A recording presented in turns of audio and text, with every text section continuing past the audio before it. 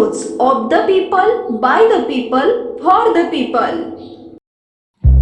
Debit card, credit card, UPI पेमेंटवर खरंच 18% GST लागणार का? देशाच्या राजकारणात ज्याप्रमाणे अनेक घडामोडी घडत आहेत त्याचप्रमाणे देशाच्या अर्थकारणातही अनेक घडामोडींना वेग आला असून नुकतीच पार पडलेल्या GST काउन्सिलची बैठकीत त्याचाच एक भाग. केंद्रीय अर्थमंत्री निर्मला सीतारामन यांच्या अध्यक्षतेखाली ही बैठक नुकतीच पार पडली, जिथे अनेक मुद्द्यांवर चर्चा झाली. पण यामध्ये अनेकांचंच लक्ष लागून राहिलेला एक निर्णय मात्र मागे घेण्यात आला. क्रेडिट आणि डेबिट कार्डच्या व्यवहारांमध्ये 18% GST लागू करण्यासंदर्भातील कोणताही निर्णय अंतिम अद्याप झाला नसल्यामुळे आता सामान्यांना मोठा दिलासा मिळालाय.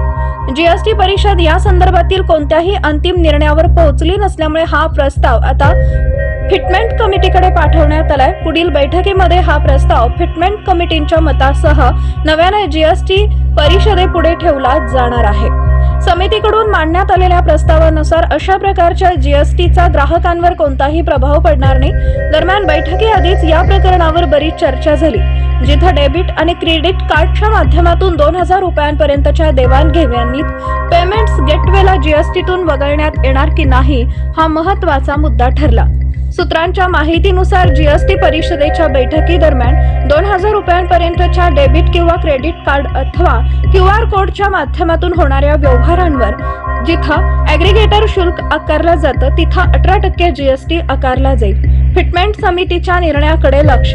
एका अहवालातून समोर आलेल्या आकडेवारीनुसार देशात 80% अधिकचे व्यवहार हे 2000 रुपये आणि त्याहून कमी किमतीचे असतात. 2016 मध्ये मोदी सरकारनं नोटबंदी जाहीर केल्यानंतरच एक अधिसूचना जारी केली होती, ज्यानुसार व्यापाऱ्यांना दिल्या जाणाऱ्या सेवांवर पेमेंट ॲग्रिगेटर कर आकारू शकत नव्हते. सध्याच्या घडीला ॲग्रिगेटर व्यापाऱ्यांकडून एका ट्रान्झॅक्शनसाठी 5 ते 2% इतकी रक्कम आकारली जाते. अशा परिस्थितीत यावर GST लागू झाला तर पेमेंट ॲग्रिगेटर हा अतिरिक्त कर यांच्या व्यापाऱ्यांकडून वसूल करू शकतात.